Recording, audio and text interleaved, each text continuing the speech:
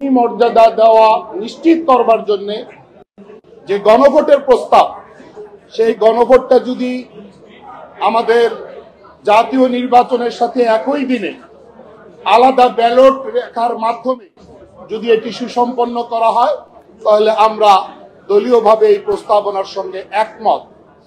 আমরা বারবারই এই কথা আপনাদেরকে বলবার চেষ্টা করেছি যে যেখানে ডুয়েল রোল আছে, সেখানে একটা রোলকে হাইলাইট করে আর একটা রোলকে হাইড করা, এই জায়গাতে আমি মনে করি অনেক সংকট এবং শঙ্কা তৈরি হতে পারে। যারা বলতে চাচ্ছেন যে ফ্যাসিস্ট পালিয়েছে, সংবিধানও পালিয়েছে, আমরা এই জায়গাটার সঙ্গে একমত না। যদি ফ্যাসিস্টের সঙ্গে সংবিধানও পালিয়ে যায়, তাহলে অন্তর্বর্তী সরকার গঠিত হলো কোন পথে? আমরা বলি জনগণের অভিপ্রায়ে অন্তর্বর্তী সরকার গঠিত হয়েছে, একই সাথে সংবিধানের 106 ধারা অনুসরণ করে ইন্টিরিম সরকার, অন্তর্বর্তী সরকার গঠিত হয়েছে। সুতরাং এখন এসে আবার শুধু জনগণের অভিপ্রায়কে হাইলাইট করা এবং 106 ধারাটিকে দুর্বল করবার চেষ্টা করা বা গৌণ করে দেখানোর চেষ্টা করা, আমি মনে করি এই জায়গাটাতে আমাদের দল মনে করে অনেক বিতর্ক তৈরি হতে পারে, অনেক শঙ্কা তৈরি হতে পারে।